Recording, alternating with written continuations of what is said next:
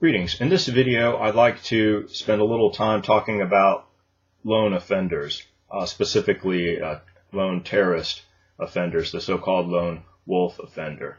So let me first define the lone wolf terrorist based on the definition provided by Post, McGinnis, and Moody in their 2014 article on page 321.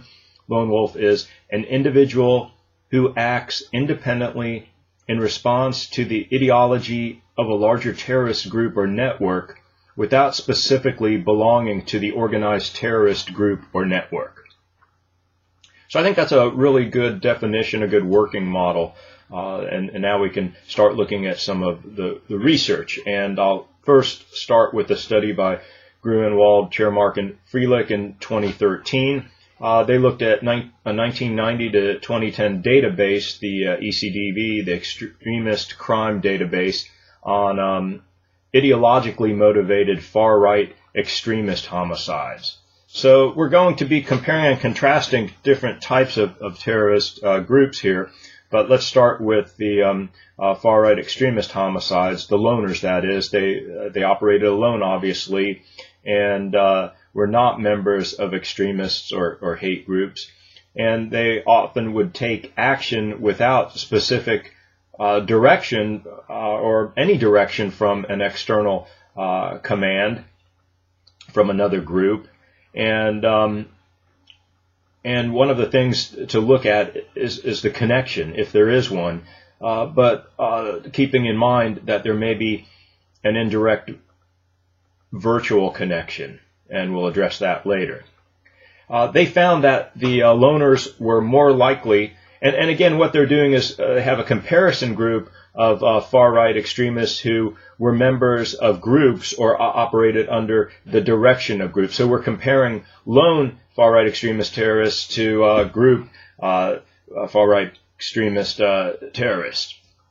They were more likely to have a mental disorder compared to the comparison group. 40% had some type of mental disorder. They're more likely to live alone and more likely to use firearms in their attacks. 85% of the loners used firearms compared to 40% in the comparison group. And also loners were more likely to be killed by law enforcement. They're more likely to have military experience and more likely to target government buildings. And the attacks tended to take place more frequently in the Northeast.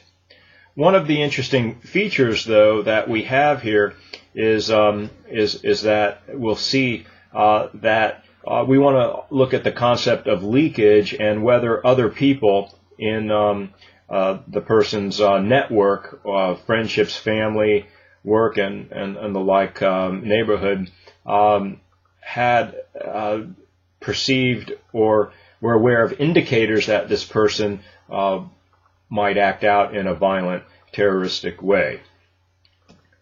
And so we still need a lot more research in that regard.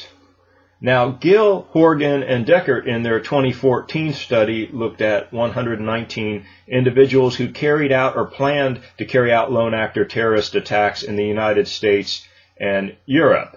And what they found, and first what they found is that these loners tended to be male, and there were also had a range of age from 15 to 69, with the average being 33 years of age. More likely to be single, separated, or divorced.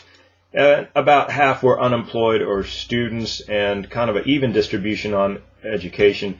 41% had previous criminal convictions, so that's relevant to look at. And also some had become radicalized in prison. 31% had a mental disorder history, and 23% had a history of substance abuse. And when you look at the different types they studied, they had religiously inspired, right-wing, and single-issue causes such as anti-abortion or environmental. But what's real important here is that in a majority of cases, others knew about the terrorist beliefs and commitment to the ideology. So this is real important to look at. that there are certain indicators that might be present that would lead us to believe that this particular person is at risk for engaging in terroristic activity.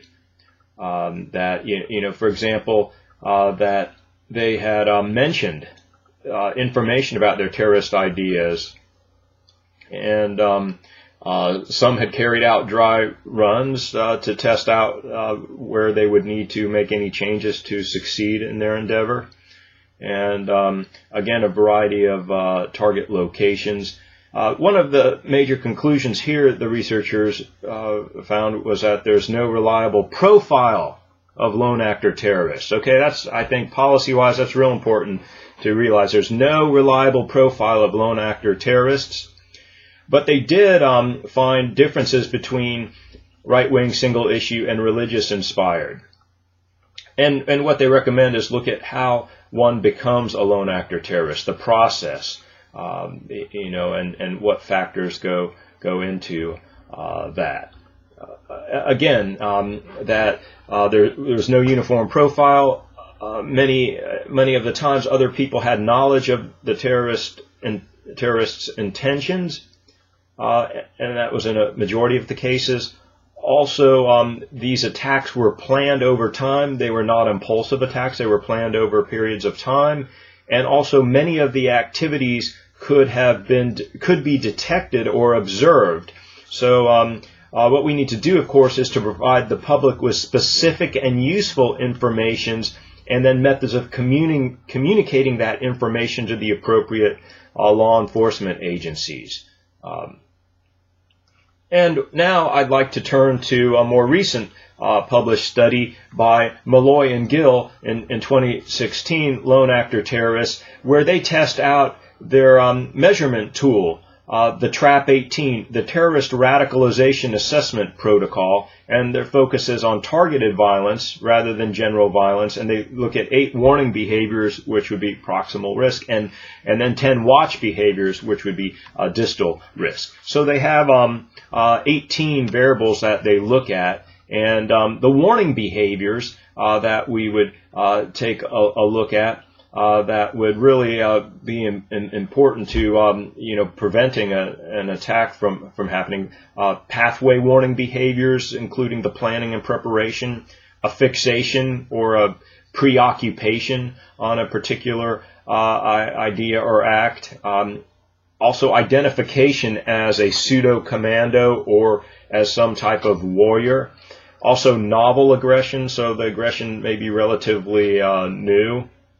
And then increased activities in terms of energy bursts. Also, leakage. Looking at this whole idea of terrorist attack as a last resort. And also directly communicating the threat to others.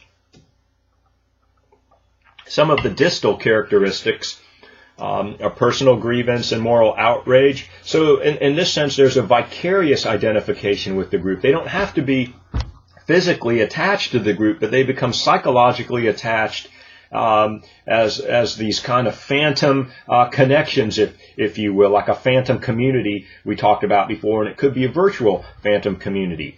Also, the terrorist ideas are framed by an ideology, and they fail to affiliate with an extremist group, and they become dependent on virtual communities. Often their occupational goals have been thwarted. They have changes in their thinking and emotional patterns. They also have the failure of sexual intimate pair bonding. They have mental disorders, and they demonstrate greater creativity and innovation, and also criminal violence. So they looked at 111 lone actors from the United States and Europe between 1990 and 2014. 3 different ideological groups: radical Islamic extremists, extreme right-wing terrorists, and single-issue terrorists, which would, again, single-issue terrorists would be, for example, environmental, anti-abortion, and the like. And they also divided the group by those that were successful versus thwarted attacks. So we can take a closer look. Again, I would highly recommend reading these articles and to get the greater detail. I'm just giving you a brief overview, if you will.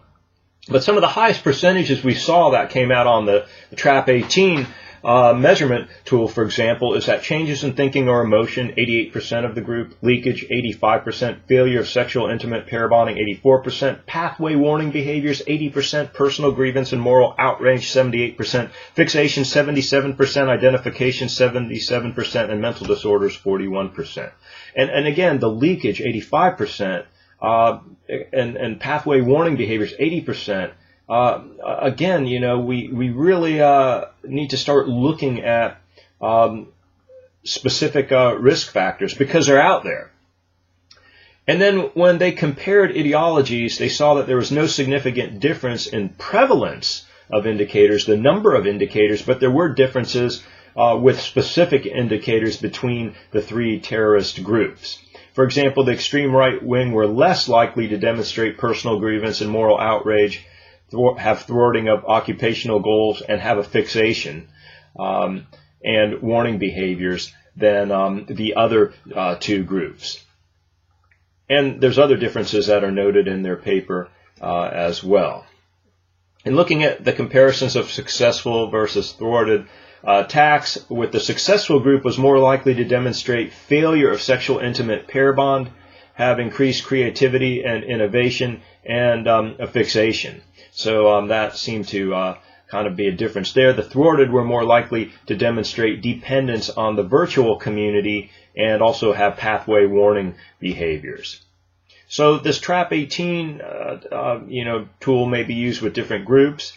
They successfully used it here with three very different groups, and it can be used with other risk assessment tools and for further research exploration.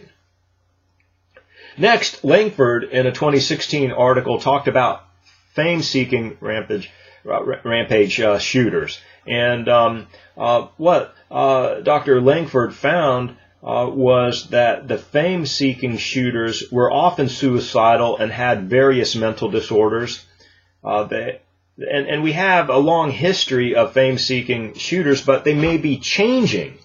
And Dr. Langford believes that this type of shooter will probably increase in the future, and they will also kill a greater number of victims, and they will innovate in their methodologies of murder. And the fame-seeking shooter may also be linked with other characteristics, such as a revenge-seeking terrorist. And we've seen that in a lot of the school shootings and some lone wolf terrorist attacks as well. We've even seen this with school shootings where, two people participated. This revenge and fame theme. So take a closer look at that as well in the future. And then I wanted to just talk briefly about virtual hatred and the importance of the virtual community. And according to Post, McGinnis, and Moody in their 2014 article, we are in a new phase, the virtual community of hatred and the lone wolf terrorist and wolf packs. This is kind of the fifth wave social media inspired revolution, and we're just beginning to see some more research coming out on this, and I'm pretty confident this will be expanded greatly in the near future, these types of research studies. So here terrorist groups or lone wolf terrorists are able to connect with others. And so, for example, a terrorist group is able to connect with lonely, isolated, insecure men through the virtual community and can actually radicalize an individual through this process. And Post, McGinnis, and Moody talk about 4 types of lone wolf terrorists related to the virtual hatred scenario: glory seekers, hero worshippers, lonely romantics, and radical altruists. The glory seekers feel that their talent is not recognized, and they have dreams of glory that happen to match up, or they match them up with a terrorist group ideology.